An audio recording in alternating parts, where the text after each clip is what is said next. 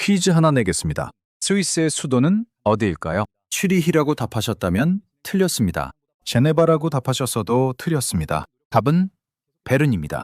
인구 13만 명 남짓한 도시입니다. 우리로 치면 경기도 안성시나 강원도 강릉시 정도 규모입니다. 그런데 진짜 재미있는 건 이겁니다. 스위스 헌법에는 베른이 수도라는 조항이 없습니다. 공식적으로 스위스에는 수도가 없습니다. 베른은 그냥 연방정부가 앉아있는 도시일 뿐입니다. 스위스 사람들은 이 도시를 연방도시라고 부릅니다. 세계에서 가장 부유한 나라 중 하나가 수도를 법으로 정해두지도 않았습니다. 여기서 두 번째 이상한 점이 나옵니다. 스위스는 국토의 70%가 산입니다. 알프스가 나라를 가로지릅니다. 농사지을 땅은 적고 자원은 거의 없습니다. 석유도 가스도 철광석도 안 나옵니다. 바다도 없습니다. 사방이 다른 나라로 막힌 내륙국입니다. 조건만 보면 지방이 텅 비어야 정상입니다. 앞서 다룬 스페인은 국토의 절반에 인구의 5%만 살고, 포르투갈은 산악 내륙이 비었고, 대만은 산 때문에 서쪽에만 몰려 삽니다. 산이 많으면 사람이 한쪽으로 몰리는 게 세계 공통의 법칙처럼 보였습니다. 그런데 스위스는 안 그렇습니다. 스위스에서 가장 큰 도시 츄리히의 인구는 44만 명 정도입니다. 도시권으로 넓게 잡아도 150만 명이 안 됩니다. 인구 900만 나라에서 최대 도시가 전체의 5%도 안 되는 겁니다. 알프스 골짜기 마을에도 사람이 살고 기차가 다니고 세계적인 기업의 본사가 있습니다. 세 번째가 가장 이상합니다. 스위스에서 가장 부자인 지역은 츄리히가 아닙니다. 인구 4만 명도 안 되는 작은 주가 1인당 소득 1위입니다. 시골이 수도보다 잘 삽니다. 지난 영상들에서 우리는 계속 같은 결론에 도달했습니다. 산이 막으면 사람이 몰리고 사람이 몰리면 지방이 죽는다고요. 스페인도 대만도 칠레도 그랬습니다. 그런데 조건이 훨씬 나쁜 스위스는 정반대의 결과를 냈습니다. 그러면 지금까지 우리가 본 게 지형의 문제가 아니었다는 뜻이 됩니다. 오늘은 그 이야기를 해보겠습니다. 지형이 운명이 아니라면 진짜 운명을 결정한 건 무엇이었을까요? 여러분의 구독과 좋아요는 영상 제작에 가장 큰 힘이 됩니다. 내일도 변함없이 알기 쉬운 이야기로 찾아뵙겠습니다. 스위스 인구는 약 900만 명입니다. 국토 면적은 4만 1천 제곱킬로미터, 한국의 40% 정도입니다. 그중 사람이 편하게 살 수 있는 평지는 국토의 30% 남짓입니다. 알프스가 남쪽 절반을 차지하고 서북 쪽에는 쥬라 산맥이 있습니다. 이제 도시를 보겠습니다. 1위 츄리히, 시인구 약 44만 명. 2위 제네바, 약 20만 명. 3위 바젤, 약 17만 명. 4위 로잔, 약 14만 명. 5위 베른, 약 13만 명. 앞서 다룬 나라들과 비교해보면 감이 옵니다. 우루과이는 1등 도시가 2등보다 10배 이상 컸고, 몽골은 17배였습니다. 스위스는 2배 조금 넘습니다. 그리고 그 1등 도시조차 인구 44만 명입니다. 도시권으로 넓혀도 마찬가지입니다. 츄리히 도시권이 150만 명 안팎, 제네바와 로전을 묶은 서부 권역이 100만 명대, 바젤 권역이 50만 명대, 베른 권역이 40만 명대입니다. 인구 900만 명이 여러 덩어리로 나뉘어 있습니다. 한국과 비교하면 차이가 선명합니다. 한국은 수도권의 50%가 삽니다. 스위스는 가장 큰 도시권의 15% 남짓입니다. 그런데 이게 스위스가 낙후해서가 아닙니다. 스위스는 1인당 소득이 세계 최상위권입니다. 국제 경쟁력 순위, 혁신 순위에서 매년 1위와 2위를 다툽니다. 잘 사는데 안 몰려 있는 겁니다. 여기서 더 놀라운 걸 보겠습니다. 어디가 잘 사느냐입니다. 스위스는 26개의 주로 이루어져 있습니다. 이 주들의 1인당 소득을 비교하면 1위가 어디일까요? 츄리히가 아닙니다. 바젤슈타트라는 도시주가 매우 높게 나오고, 인구 4만 명이 안 되는 추크주가 최상위권에 늘 있습니다. 추크는 츄리히 남쪽의 작은 주입니다. 호수와 산에 둘러싸인 조용한 곳인데 여기에 수천 개의 국제기업이 등록돼 있습니다. 원자재 거래 회사들의 본거지이고, 최근에는 블록체인 기업들이 몰려서 크립토밸리라고 불립니다. 인구 4만 명짜리 시골주가 세계에서 손꼽히는 기업 도시가 된 겁니다. 이유는 뒤에서 자세히 다루겠지만 한마디로 말하면 세금입니다. 그리고 스위스에서는 세금을 주가 정합니다. 여기가 첫 번째 힌트입니다. 그런데 잠깐, 스위스가 원래부터 부자였고 원래부터 이랬던 건 아닐까요? 전혀 아닙니다. 19세기 스위스는 유럽에서 가장 가난한 나라 중 하나였습니다. 산악지역 사람들이 먹고 살 길이 없어서 외국 군대의 용병으로 나갔습니다. 지금 바티칸을 지키는 스위스 근위대가 그 흔적입니다. 목숨을 팔아서 돈을 벌어야 할 만큼 가난했다는 뜻입니다. 19세기 내내 스위스에서는 대규모 이민이 일어났습니다. 미국과 남미로 사람들이 떠났습니다. 지금 우리가 아는 스위스는 그 뒤에 만들어진 겁니다. 그러니까 스위스도 한때 사람이 빠져나가는 나라였습니다. 그 흐름을 어떻게 뒤집었을까요? 시작은 1848년. 나라의 설계도를 다시 그린 사건이었습니다. 대부분의 나라는 위에서 아래로 만들어졌습니다. 왕이나 중앙정부가 있고 그 아래에 지방이 있습니다. 지방의 권한은 중앙이 나눠준 겁니다. 스위스는 반대입니다. 아래에서 위로 만들어졌습니다. 원래 스위스는 여러 개의 독립적인 작은 나라들이 모여 만든 동맹이었습니다. 각자 언어도 다르고 종교도 다르고 법도 달랐습니다. 이들이 외부 위협에 맞서기 위해 뭉쳤습니다. 1848년 짧은 내전을 겪은 뒤 스위스는 새 헌법을 만듭니다. 그런데 여기서 아주 중요한 원칙이 세워집니다. 연방정부는 헌법에 적힌 일만 한다. 나머지는 전부 주가한다. 보통 나라는 반대로 씁니다. 지방정부가 할 수 있는 일을 나열하고 나머지는 중앙이 가져갑니다. 스위스는 중앙이 할 수 있는 일을 나열하고 나머지를 주에 남겼습니다. 순서 하나 바꾼 건데 결과가 완전히 달라집니다. 그래서 스위스의 주는 우리가 아는 지방정부와 급이 다릅니다. 주마다 헌법이 따로 있습니다. 경찰이 주 소속입니다. 교육제도가 주마다 다릅니다. 병원 체계도 다릅니다. 그리고 결정적으로 세금을 주가 정합니다. 여기서 더 내려가면 더 놀랍습니다. 스위스에는 약 2100개의 기초지자체가 있습니다. 인구 900만 명 나라에 2100개입니다. 평균 인구가 4000명 정도입니다. 인구 몇십 명짜리 마을도 독립된 지자체입니다. 그리고 이 작은 지자체들도 자기 세율을 정할 권한이 있습니다. 정리하면 스위스의 소득세는 세 층으로 나뉩니다. 연방에 내는 목, 주에 내는 목, 마을에 내는 목. 그런데 연방 몫은 상대적으로 작고 주와 마을 몫이 큽니다. 이러면 어떤 일이 벌어질까요? 연마을보다 세금이 비싸면 사람과 기업이 연마을로 갑니다. 서로 10분 거리인데 세금이 다르니까요. 그래서 지자체들이 세율을 두고 서로 경쟁합니다. 세금을 낮춰 사람을 불러오고 사람이 늘면 세수가 늘어서 다시 세금을 낮출 수 있습니다. 이게 앞서 말한 추크주의 비결입니다. 추크는 작고 자원도 없는 곳이었는데 아주 낮은 세율을 무기로 기업을 끌어왔습니다. 기업이 오니까 세수가 늘었고 지금은 스위스에서 가장 부유한 지역 중 하나가 됐습니다. 여기서 반론이 나올 수 있습니다. 그러면 가난한 지역은 계속 가난해지는 거 아니냐고요. 세금을 낮출 여력도 없을 테니까요. 맞는 지적입니다. 그래서 스위스에는 이걸 막는 장치가 따로 있습니다. 부유한 주가 낸 돈을 가난한 주에 나눠주는 제도입니다. 슈리히, 추크, 제네바 같은 주가 돈을 내고 알프스 산악주들이 받습니다.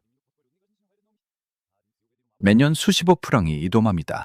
그러니까 스위스는 두 가지를 동시에 합니다. 경쟁시키되 격차가 벌어지면 메워줍니다.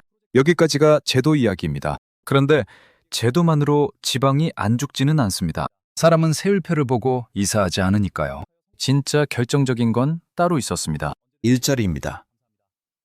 그것도 아주 좋은 일자리가 시골에 있었다는 것. 스위스 기업 몇 곳의 본사가 어디 있는지 보겠습니다. 세계 최대 식품회사 네슬레. 본사는 부베라는 도시에 있습니다. 인구 2만 명이 안 됩니다. 레만호엽 작은 마을입니다. 세계적인 제약회사 로슈와 노바티스. 둘 다 바젤에 있습니다. 인구 17만 명 도시입니다. 세계 최대 원자재 거래회사 중 하나인 글렌코어. 본사가 바르라는 곳인데 추크주에 있는 인구 1만 명대 마을입니다. 세계 최대 시멘트 회사 홀심은 추크에 있고 세계적인 엘리베이터 회사 쉰들러는 인구 1만 명대 도시에 있습니다. 명품 시계 브랜드들은 대부분 주려 산맥 골짜기의 작은 마을들에 흩어져 있습니다. 이게 스위스의 진짜 비밀입니다. 세계 최상의 기업들이 대도시에 없습니다. 왜 이렇게 됐을까요? 우연이 아닙니다. 이유가 세 가지 있습니다. 첫째, 애초에 큰 도시가 없었습니다. 19세기 스위스에는 사람을 끌어당길 만한 대도시가 없었습니다.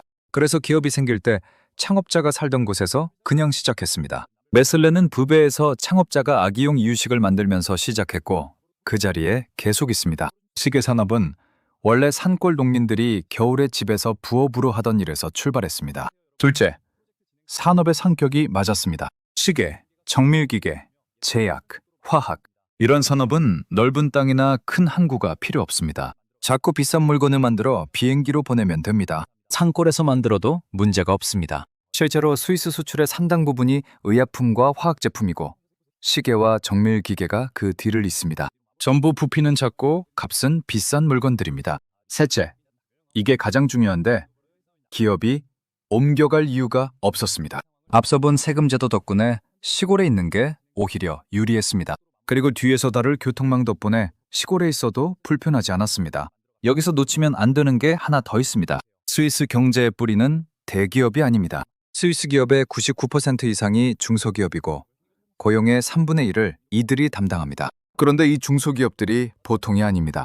세계 시장에서 특정 분야 점유율 1위인 작은 회사들이 아주 많습니다. 치과용 기구, 정밀나사, 커피 캡슐 기계, 케이블카 설비. 이름은 아무도 모르는데 그 분야에서는 세계 최고인 회사들입니다. 이런 회사들이 알프스 골짜기 곳곳에 흩어져 있습니다. 그래서 스위스 시골에는 연봉이 아주 높은 일자리가 있습니다. 이게 결정적인 차이입니다. 스페인 시골에는 집이 3천만 원인데 일이 없었습니다. 그리스 섬에는 여름 넉 달짜리 일자리만 있었습니다. 스위스 시골에는 세계 1위 기업의 정규직이 있습니다. 사람은 집값을 보고 이사하지 않습니다. 일자리를 보고 이사합니다. 스위스는 그 일자리를 시골에 뒀습니다. 그런데 여기서 당연한 의문이 생깁니다. 아무리 좋은 일자리가 있어도 산속마을에서 어떻게 출퇴근하고 어떻게 병원에 가고 어떻게 학교를 다닐까요? 여기서 스위스가 100년 넘게 돈을 쏟아본 물건이 등장합니다. 스위스 사람들은 세계에서 기차를 가장 많이 타는 국민입니다. 1인당 연간 철도 이용거리가 세계 1위 수준입니다.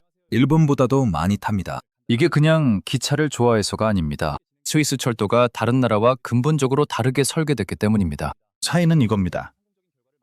대부분의 나라는 큰 도시 사이를 빠르게 잇는 데 집중합니다. 앞서 스페인 편에서 봤듯이 고속철에 돈을 쏟아붓는 방식입니다. 그런데 스위스는 정반대의 선택을 했습니다. 속도를 포기하고 연결을 택했습니다. 스위스에는 고속철도가 사실상 없습니다. 나라가 작고 산이 많아서 시속 300km로 달릴 구간이 없기 때문입니다. 대신 스위스는 다른 걸 만들었습니다. 정시맞춤 시간표입니다. 원리는 단순합니다. 전국의 주요 역에서 기차가 매시 정각 무렵과 매시 30분 무렵에 동시에 도착하도록 시간표를 짭니다. 그러면 모든 방향의 기차가 같은 시각에 역에 모입니다. 승객은 몇 분 안에 갈아탈 수 있습니다. 그리고 다시 동시에 출발합니다. 이 방식의 장점은 어디서 어디로 가든 오래 기다리지 않는다는 겁니다. 산골 마을에서 추리까지 가는데 갈아타기를 3번 해도 대기 시간이 각각 5분이면 전체 시간이 길어지지 않습니다.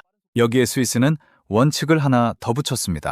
인구 100명 이상 사는 곳에는 대중교통을 연결한다는 원칙입니다. 기차가 못 가는 곳에는 우체국 버스가 갑니다. 노란색 버스인데 원래 우편물을 나르던 마차에서 시작해서 지금은 산골 마을 구석구석을 잇는 교통망이 됐습니다. 이 버스는 하루에 손님이 몇 명뿐인 노선도 운행합니다.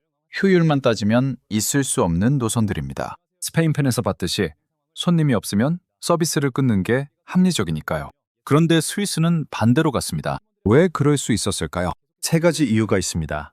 첫째, 이걸 국민이 직접 결정했습니다. 스위스는 국민투표로 대형 사업을 결정하는 나라입니다. 알프스를 관통하는 거대한 터널을 뚫는 사업도 그 재원을 어떻게 마련할지도 국민투표로 정했습니다. 국민이 스스로 돈을 내겠다고 결정한 겁니다. 둘째, 화물을 도로에서 철도로 옮기는 정책과 묶었습니다. 스위스는 알프스를 지나가는 대형 트럭이 공해와 소음을 일으킨다는 이유로 화물을 기차에 실어 나르도록 하는 방향을 국민투표로 정했습니다.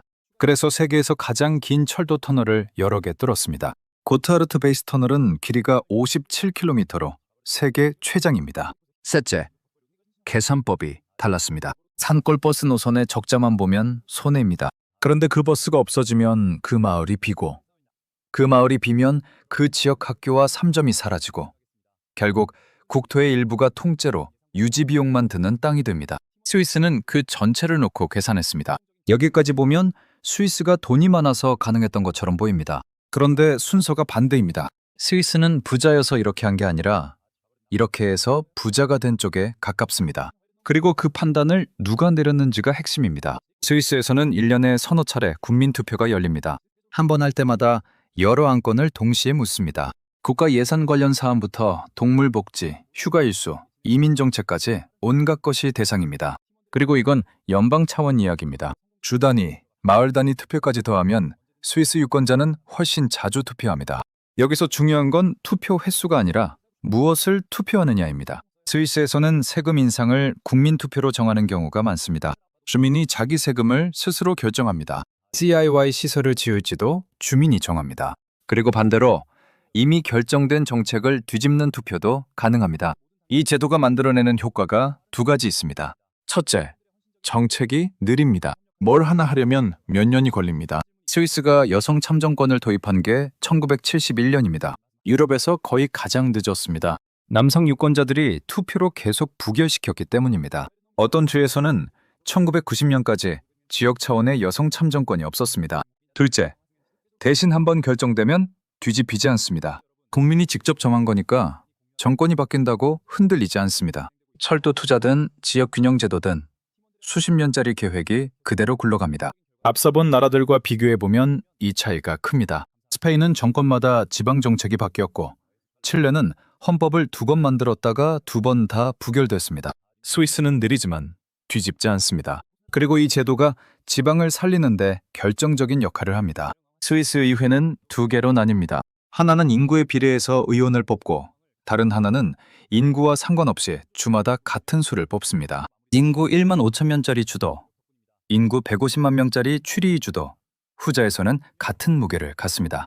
여기에 더해 헌법을 바꾸려면 2가지를 동시에 통과해야 합니다. 전체 국민의 과반 찬성, 그리고 주의 과반 찬성. 인구가 아무리 많아도 큰 주 몇 개가 밀어붙일 수 없습니다. 작은 산악주들이 반대하면 못 바꿉니다. 그래서 스위스에서는 지방을 무시하는 정책이 아예 통과되지 않습니다. 통과시킬 방법이 없습니다. 이게 앞서 스페인 편에서 본 것과 결정적으로 다른 지점입니다. 스페인 시골도 정치적으로 과대대표되어 있었습니다. 표는 무거웠습니다.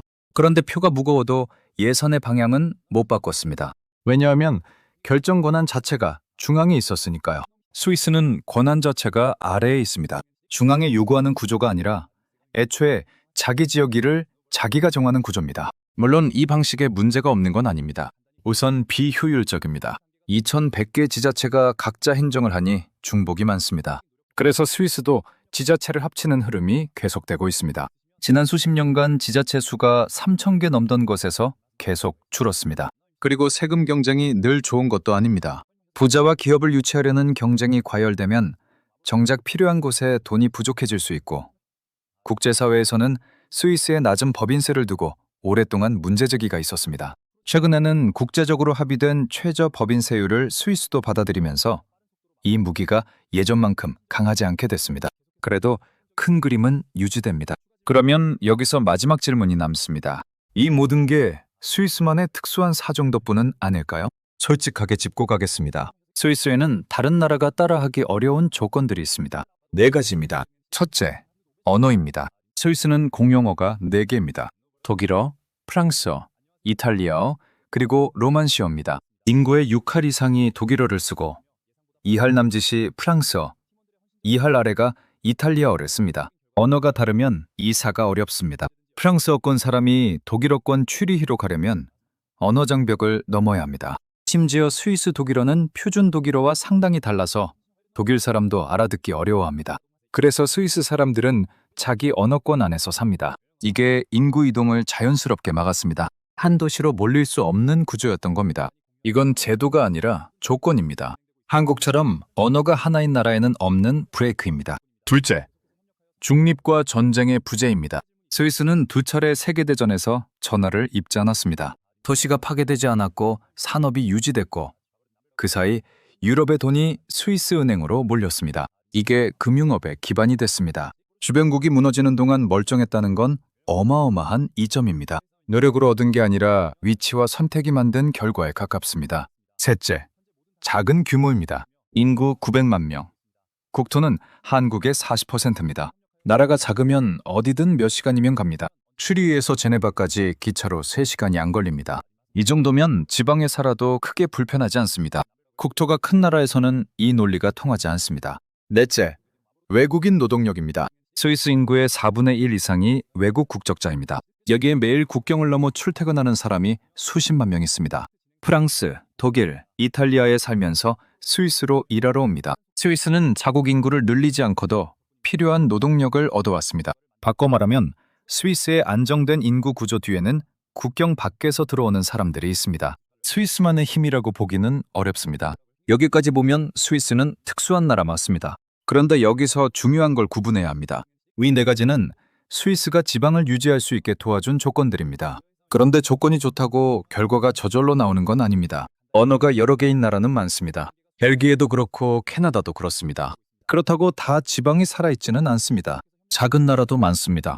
우루과이는 스위스보다 작은 인구인데 절반이 수도에 삽니다. 그러니까 조건은 필요 조건이었지 충분 조건이 아니었습니다. 결정적인 건 그 조건 위에 무엇을 얹었느냐였습니다. 그러면 스위스가 얹은 것 중에서 조건과 상관없이 다른 나라도 가져갈 수 있는 건 무엇일까요? 지금까지 나온 스위스의 요소들을 두 종류로 나눠보겠습니다. 타고난 것과 만든 것입니다. 타고난 것부터 보겠습니다. 4개 언어권, 전쟁을 피한 역사, 작은 국토, 국경 너머의 노동력. 이건 정책으로 만들 수 없습니다. 다른 나라가 부러워해도 소용없는 항목들입니다. 이제 만든 것을 보겠습니다. 4가지입니다. 첫째, 세금 권한을 아래로 내린 것. 스위스에서 지방이 살아있는 가장 실질적인 이유입니다. 주와 마을이 자기 세율을 정할 수 있으니 각 지역이 스스로 전략을 짤 수 있습니다. 슈크가 세금을 낮춰 기업을 끌어온 것처럼요. 한국 지방자치단체는 이런 권한이 거의 없습니다. 지방세 항목과 세율이 대부분 법으로 정해져 있고 재정의 상당 부분을 중앙에서 내려받습니다.